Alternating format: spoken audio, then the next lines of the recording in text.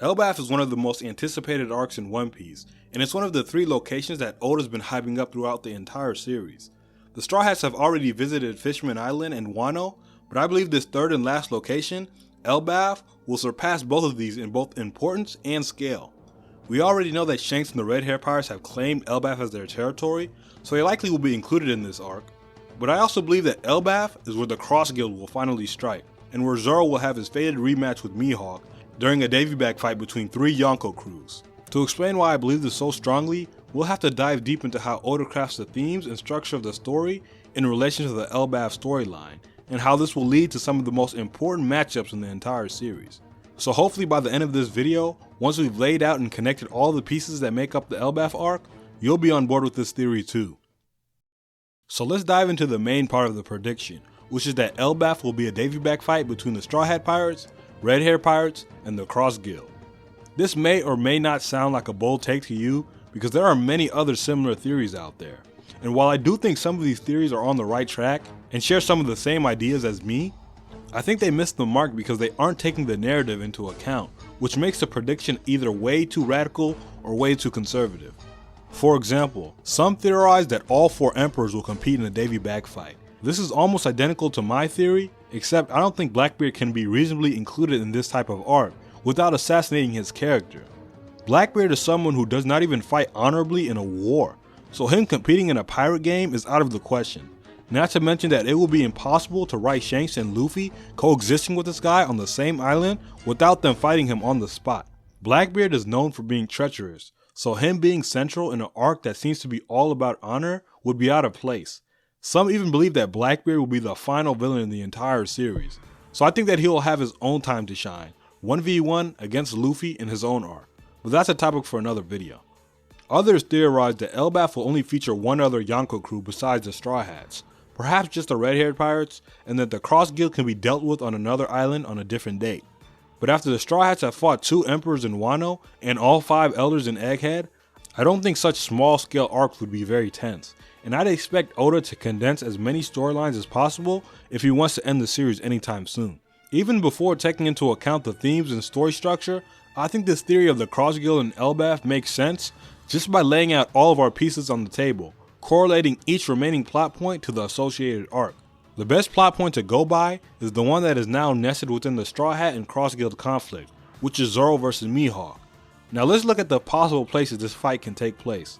Some believe this rematch will take place at the very end of the series, maybe even as an epilogue, but this is the least likely to me. If Mihawk was still working with the government, then it would make some sense, since the world government seems to be the final antagonist of the entire series. But it seems like Zoro has his handful with the Admirals, Seraphim, and Gorosei, with Venus Zero being my candidate for Zoro's final fight. Another popular idea for Zoro vs Mihawk is that they'll be fighting on Laugh Tale itself for the One Piece in a big battle royale. But it seems more likely to me that the Blackbeard Pirates are going to be the final antagonists for the race for the One Piece. Blackbeard is Luffy's true pirate rival and the main contender for the Pirate King title, so I doubt that Zoro vs Mihawk will overshadow it by coming after this battle, and it's more likely that Zoro will fight Blackbeard's number 2 and fellow swordsman, Shiryu. Zoro vs Mihawk is starting to feel like a paradox. We intuitively know that it's one of Zoro's final fights, as it will complete his goal, but at the same time we know it cannot be the final fight in the series, overshadowing Blackbeard and Emu. But I feel like a lot of people aren't recognizing that we are in the final saga, meaning there are only 3 or 4 more arcs left. Egghead introduced Vegapunk and the world government antagonist, as well as prepping each Yonko for the One Piece race. And Laugh Tale and Mary Joa seem to be set up for the Blackbeard Pirates and the world government respectively. So by the process of elimination, it seems like the only place for the Cross Guild to fit in is Elbaf. So looking at the plot structure, why do I say that Elbaf is where the Cross Guild will strike? There are so many other characters who have closer connections to the Giants, like Shanks and Big Mom. So why would the Cross Guild be Elbaf antagonists? Well, first of all, it's important to recognize Oda's design philosophy when it comes to creating story arcs. As we know by this point in the story, Oda likes to create story arcs by having them parallel and foreshadow larger arcs that will come later in the story. Some examples are Alabasta and Dressrosa, Arlong Park and Fishman Island, Punk Hazard and Egghead, and the list goes on. When it comes to the land of giants, Elbaf, where even the houses, animals, and trees are giant, Oda gave us a preview of this in Little Garden, a prehistoric island which naturally lends itself to having large creatures similar to Elbaf. But there's another arc where Oda gives us a preview of Elbaf in miniature. Instead of making everything extremely large, he makes everything elongated instead. I'm talking about Long Ring Long Land. Now it seems kind of ridiculous to claim that there's foreshadowing in what seems to be a canon filler arc, but that's the exact reason why I believe that Long Ring Long Land is relevant, because it was actually written by Oda, and based on what we know about how Oda writes, it's very hard to believe that he will write an arc with zero future relevance, continuity, and foreshadowing. I obviously did not come up with a theory that the Redhaired Pirates will fight the Straw Hats within a Davy Back Fight, but I do strongly subscribe to this theory. If Luffy and Shanks were to fight, a Davy Back Fight would be competitive, but lighthearted enough to fit their dynamic. The Davy Back Fight theory is tightly linked with the Shanks and Elbaf theory, which has all been but confirmed at this point. But people only seem to take the Davy Back Fight as foreshadowing for Elbaf and nothing else from the Long Ring Long Land arc, which, like I explained, could be a microcosm of Elbaf itself. So if the Davy Back Fight on Long Ring Long Land was hosted by Foxy, who was a goofy comedic relief villain, he may have just been the stand-in for Oda's favorite recurring comedic relief villain, the genius jester Buggy. To me, Foxy has always had the same energy as Buggy, except that he can actually box. They both also have an enormous crew which they gathered by assimilating other pirates through trickery or other unconventional means of some sort.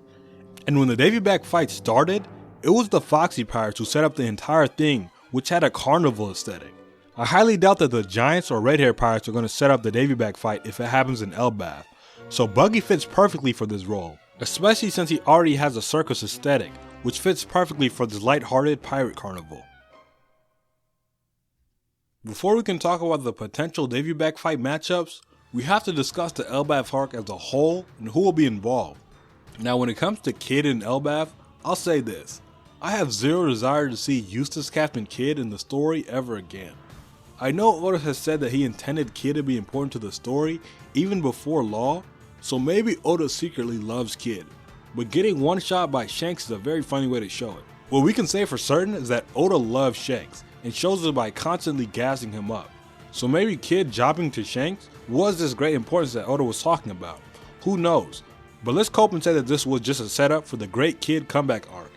Well, how does this end? Is he going to come back and beat Shanks? I highly doubt it. And even if he does pull it off somehow, like Law shows up to carry him, or some bombs are conveniently there like versus Big Mom, he's probably going to sail to Hachinozu and get one shot by Blackbeard. Or maybe Buggy, or Mihawk, or Luffy, or Whitebeard is going to come back from the grave to give him his final L from every Yonko. Because this happened before already. Kid got crushed by a Yonko, he reassembled and got a Mickey Mouse win, and then lost to another Yonko. There's no need to be repetitive. He got his uncompelling character arc, his SBS backstory, so he's done. I don't want to see anything more than a cover story for this bum. Also, for similar reasons, I do not want to see Big Mom and Kaido returning to the story in any significant way.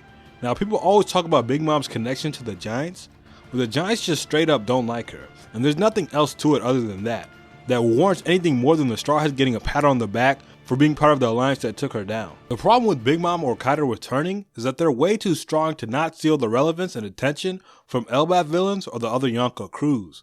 Unless Oda nerfs them or does some ridiculous power cliffing, I don't see how this can work.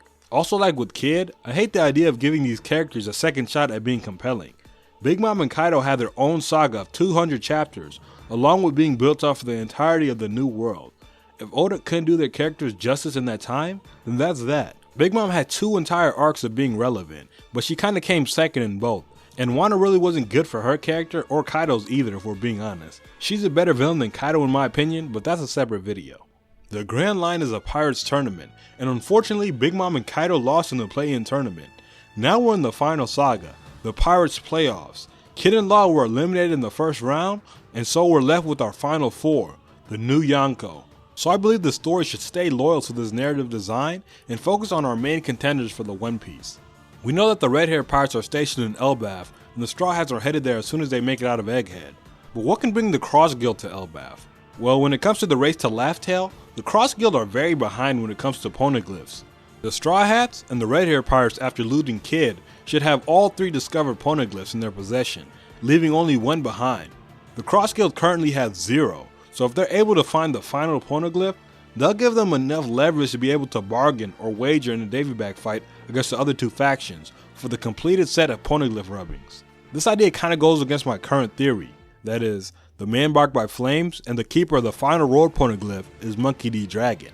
Now Dragon is certainly not a government man anymore, and unless he's hiding a scar, or you reach a little bit by counting his tattoo, he isn't visibly marked by flames either. But the other two clues we get of the man marked by flames fit Dragon and Dragon only. He's the only character we've seen who has a black ship in the entire series, as well as capable of making a whirlpool. Because Oda's making it very clear, both thematically and based on what we've seen in Logtown, that Dragon has wind abilities. Vegapunk getting his own arc of Egghead was unexpected, which makes it plausible to me that the revolutionaries could have their own arc as well.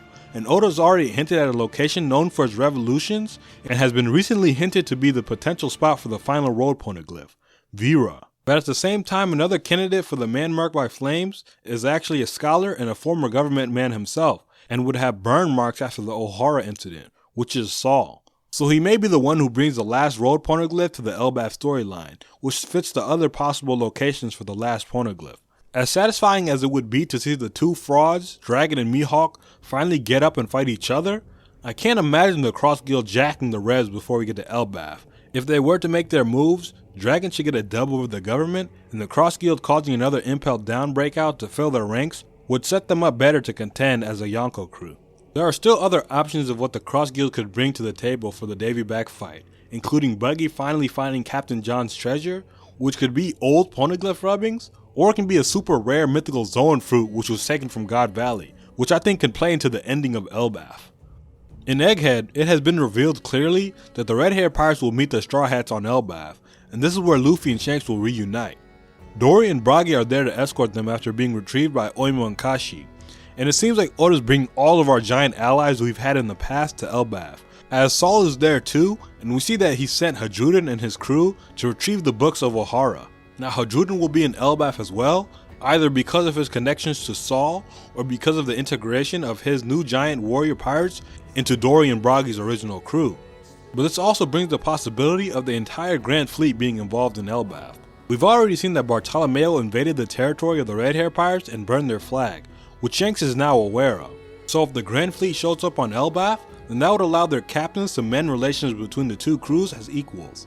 Something else that adds credence to this idea is that Sai and Leo should be being hunted down by the world government after the attempted murder of St. Charlos, so they should be seeking refuge in a land outside of the government's control.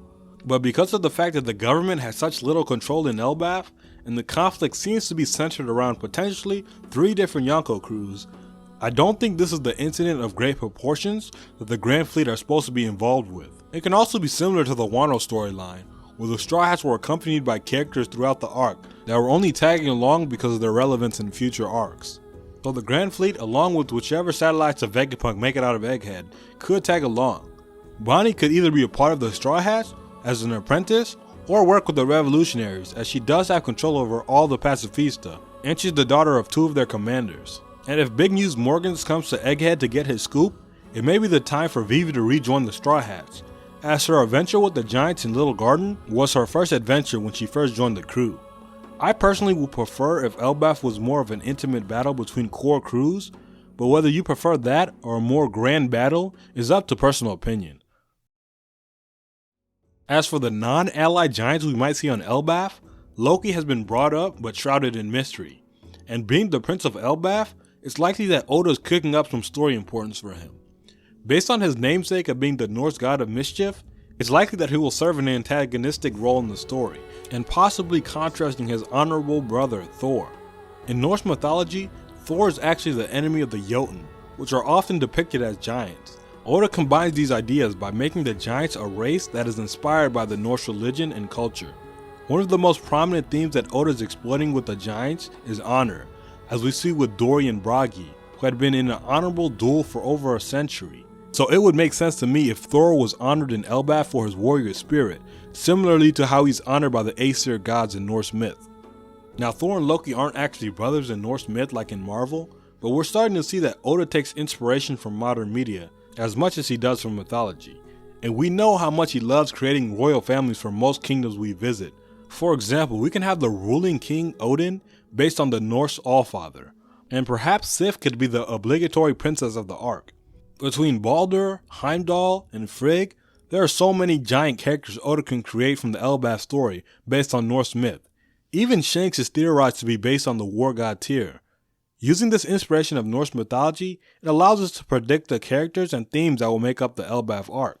Ussop is the character that we have the highest expectations for in Elbaf, not just because of his connections to the giants and how he's always been dreaming of going there, but also because we have been tolerating his lack of relevance in the last few arcs under the assumption that it will all pay off in Elbaf.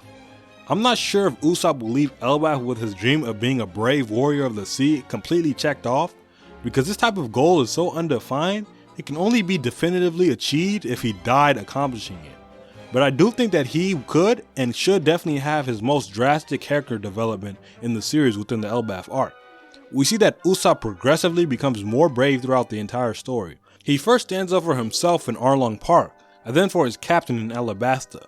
Ussop reinvents himself in Eni's lobby, then he stands up for his entire crew in Thriller Bark, and then an entire nation in Dressrosa. It seems like Usopp's final act will be standing up for the entire world in the final war, so I think Elbaf will be the perfect time for him to reinvent himself once again, similarly to how he did in Eni's lobby, where he started as simply doing miscellaneous tasks like taking care of the Mary, but he left the arc with a brand new identity of being the sniper of the Strawhats. So I think that Elbaf will be a similarly transformative arc for Ussop. Ussop might start the Elbaf arc identifying with the trickster Loki, whose underhanded ways would be contrary to the culture of the giants. But by the end of the arc, Ussop could begin identifying more with the honorable giant warrior, Thor, who like in Norse myth could be the hero of the people. We've seen that Ussop often uses hammers as a melee weapon, and he even bluffs that they are extremely heavy, so this goes perfectly with the theory that Ussop will inherit Thor's legendary hammer, Mjolnir, which is actually extremely heavy, but also in the Marvel universe, only works if the wielder is worthy, which would make an extremely satisfying character arc for Ussop if he finally lifts it, similar to Arthurian legends. And if Loki is truly a villain for Ussop as well, by using a slingshot, Ussop can defeat him in a way that mirrors the biblical David vs. Goliath. Ussop and the giants in this arc gives us our thematic framing, but I don't think the storyline will make up the meat of the Elbaf arc. Even if the giants are supposed to be the strongest warriors of any nation, even above the Wano samurai, at this point of the story, anything short of a Yonko level threat isn't enough to carry the attention of an arc. So I think this arc will mirror Long Ring Long Land, in the sense that the story of the island's people will be minor relative to the pirate showdown that will make up the main event, which is the Davy Back Fight. So now that we've established the potential themes and characters that will make up the Elbaf arc, and why it will be a Davy Back Fight between the Straw Hat Pirates, Redhaired Pirates, and the Cross Guild, let's take a look at the specific matchups there could be, and how they could work to further the story and the themes. Elbaf is all about honor, which is also what the Davy Back Fight tradition is dependent on, so the giants would make the perfect mediators for the pirate games. As we saw in Long Ring Long Land, the games don't have to be strictly one-on-one fights, making it possible for Oda to write in interesting matchups and interactions between characters who have a history, like Robin and Crocodile, or Buggy and Nami. But at the same time, I think Oda will write in whatever plot beats are necessary to have his fun interactions, as well as the climactic one-on-one matches that he has planned. Let's first talk about Luffy vs Shanks, because this entire competition will be decided on by the captains. Some people don't think that Luffy would ever fight Shanks because of their friendly relationship. But while I do think we'll get a lighthearted and heartwarming scene when these two reunite, I think some people forget that they are rivals as well.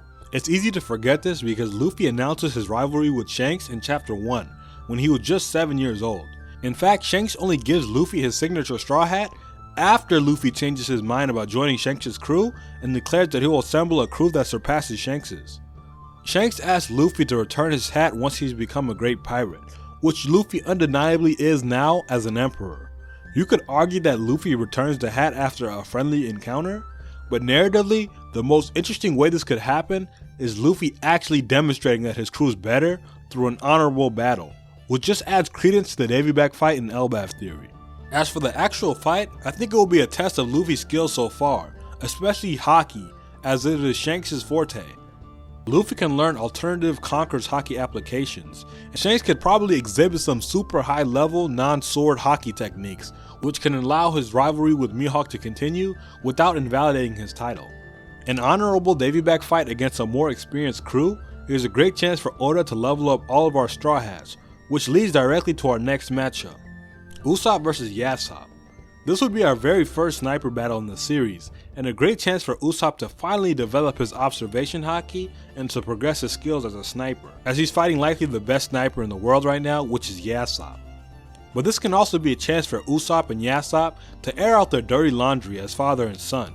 Finally meeting his father figure could be a stepping stone for him becoming a brave warrior of the sea, and a turning point for Usopp's character in his most pivotal arc.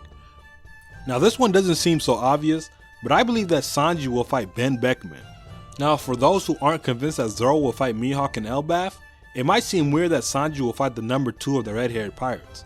But if you really look at Beckman's character, it seems like he's been a Sanji opponent from the start. Beckman's weapon of choice is a rifle, which if he was a Zoro opponent, wouldn't make much sense, unless Oda was going for a gun versus sword type of thing. But if we look at Sanji's original character concept, he was supposed to be a gunman as well. So while Oda transferred the ranged fighter role to Ussop and Yassop, I believe this matchup can still work, as Beckman's haki infused bullets could put Sanji's speed to the test, and they both seem to value stealth and intelligence in their fighting style, much more than Luffy and Zoro. When it comes to personality, it was revealed that Beckman is a womanizer, which could create a perfect comedic contrast with Sanji. But most importantly, among the Cross Guild and Redhaired pirates, Beckman would by far be the third strongest after Shanks and Mihawk. Sanji's opponent is never as set in stone as Zoro and Luffy's, so it's also possible that he's set to fight his fellow cook, Lucky Roux, who was theorized to be a speedster as well because of his performance in Chapter 1. But I think Sanji will need to be challenged by a higher caliber of a fighter, so Lucky Roux could be taken care of by the other round powerhouse, Jinbei. As for the other Straw Hats, there are really a lot of options for Oda to choose for the games, as there are plenty of officers remaining in Shanks' crew, as well as potential crew members that the Cross Guild can recruit before the arc starts. But definitely the most anticipated fight and bold prediction for this arc is Zoro vs Mihawk. I strongly believe that Zoro will have his rematch with Mihawk and Elbaf, but I can understand some of the objections. For one, Zoro doesn't seem strong enough to fight Mihawk yet. I mean, Zoro was just struggling with Lucci and Egghead, but Oda seems to be very loose with power-ups if the story demands it. For example, Lucci himself went from pre-time skip Luffy to above Yonko commanders. Crocodile lost to gearless Luffy, and after rotting away in Impel Down for 2 months, he clashed with Doflamingo and Mihawk. So I don't think it's unreasonable for Zoro to get a power-up that puts him on Yonko level in just one arc, because Luffy was able to do it in Wano as well. There are several potential power-ups that Zoro can get before the end of the series. I personally think the mastery, origin, and lore of the King of Hell form and Ashura will be explored at the very end of the series. Something like putting a devil fruit inside of the sword would undermine the swordsmanship that is needed to win this fight. As much as Shanks fans will try to convince you otherwise, haki is an important part of swordsmanship in One Piece, and honing his advanced Conqueror's haki, ornament, and observation haki will be extremely useful in matching Mihawk. But for every new haki technique we see, we automatically have to assume that Mihawk has to have it as well, in order to keep up with the other top tiers and to be Zoro's goal. For example, Mihawk's clairvoyance title now necessitates that he has to at least be able to see into the future with future sight, and perhaps Zoro needs to master this as well, or adopt the observation killing technique that Shanks supposedly has with his Conqueror's haki. But what is the most interesting thing for Zoro to attain in surpassing Mihawk and becoming the strongest swordsman is something that we've only seen from the pinnacle of sword masters, a black blade. Black blades are still a mystery in the story, as even those who stand at the pinnacle of haki usage, like Shanks and even Roger, do not possess black blades themselves. Ornament haki can make your blade black temporarily, but the road to Laugh Tale suggests that there's a secret ingredient to create a permanent black blade.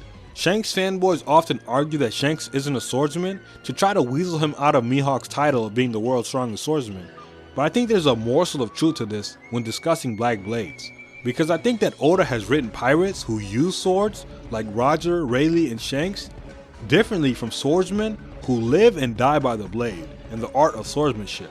The latter group are characters like Zoro, Mihawk, and Ryuma, and while two of them found their way into piracy, they were swordsmen first and foremost, which is why I think these characters will go down as the only black blade users in the series. So I think that the key to a black blade will be having the dedication to the blade that you're using.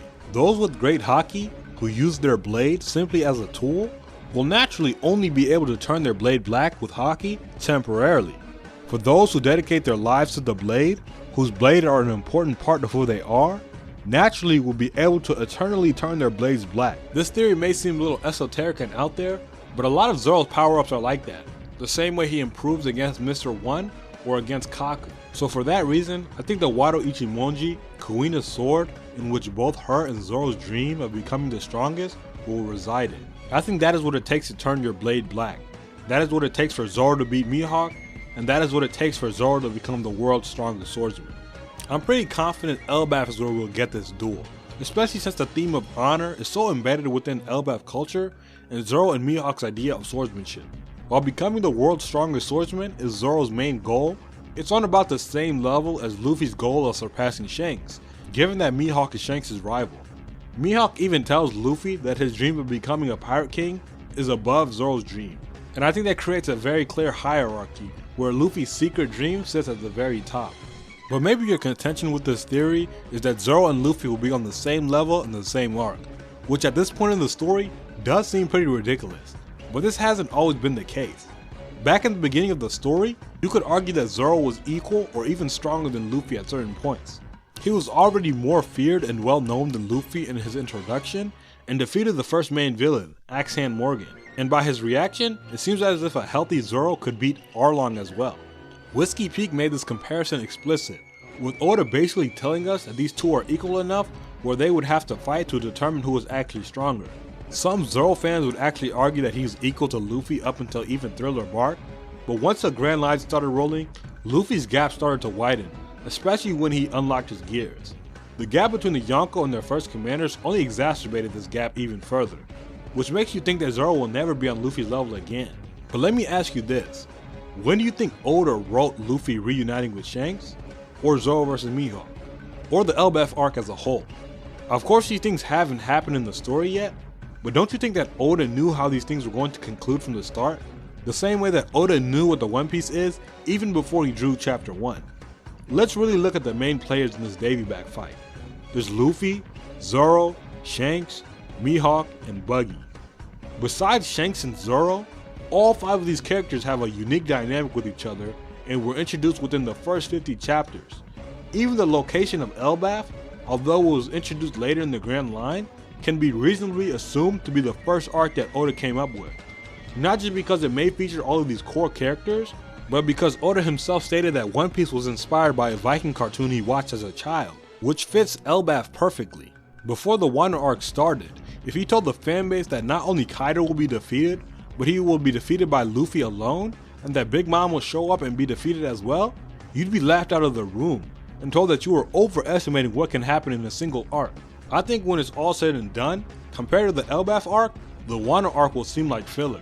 The same way that Oda never planned out the warlords from the start, yet they padded out the entire story to make it as long as it is. It seems like the Yonko that we have now are the original set of emperors, and that Big Mom, Kaido, and even Whitebeard were just the placeholders. We see that Oda planned out these new emperors since volume 25, 200 chapters before the Yonko were introduced as a concept, and back when Big Mom and Kaido still look like this. Even Buggy having the current strongest swordsman, Mihawk, and his crew, seemed to be planned from the start, as we see in the concept art that Oda planned to have the future strongest swordsman, Zoro, to be in his crew initially.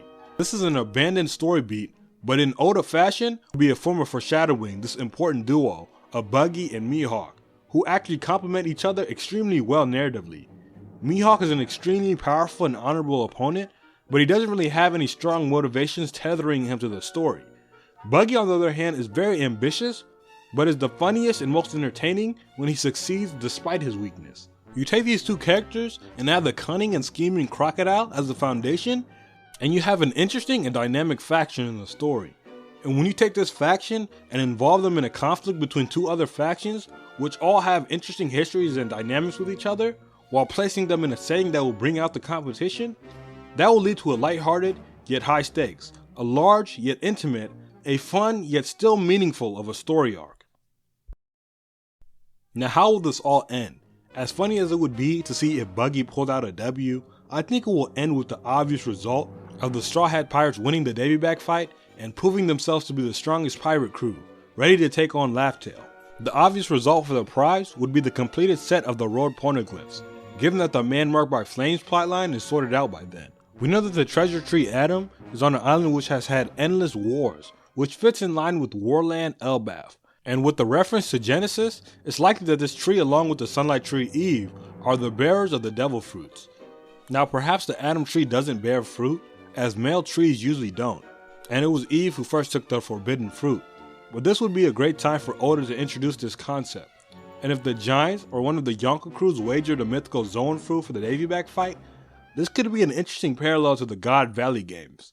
But most importantly, I think this fruit will be eaten by a character that will appear at the end of the arc, who will contrast the honorable pirate games we've witnessed, showing us the true treachery of an evil pirate, Marshall D. Teach. Ever since the final saga started, Blackbeard's entire crew has been on the move, taking all the pieces needed for their plans to take the entire world. We got so much from them in the government-focused Egghead arc, so it isn't a stretch to say that we'll get much more in the pirate-focused Elbaf arc, especially the ending. Shanks has been the one character in the story who has been constantly warning us about Blackbeard's potential for destruction. And unfortunately, I think Shanks' character will end when this potential is realized. Shanks has been Luffy's idol throughout the entire series, and he'll get the chance to be his mentor firsthand in Elbaf. But like every mentor in most series, the hero's journey demands that he dies to the hand of the villain. And with Blackbeard completing his set of the strongest Logia, strongest Paramecia, and strongest Zoan, I think he can actually pull this off, and he can prove to be the most terrifying force that Luffy has faced yet. How would Luffy and Blackbeard's fight play out, and how can it parallel Roger vs. Rocks? What will Blackbeard's final fruit be, and what will the matchups be for the rest of the crew? And when and where will this conflict fit in the story of One Piece? These are all topics for a potential part 2 to this video. So if you did enjoy this video, please hit the like button to let me know if you're interested in a second part. And subscribe if you want to see it if and when it comes out. I haven't made much theory videos or One Piece videos in general, but I have so much I want to talk about in this series, and I plan on making more content like this in the future, in addition to my dissection videos.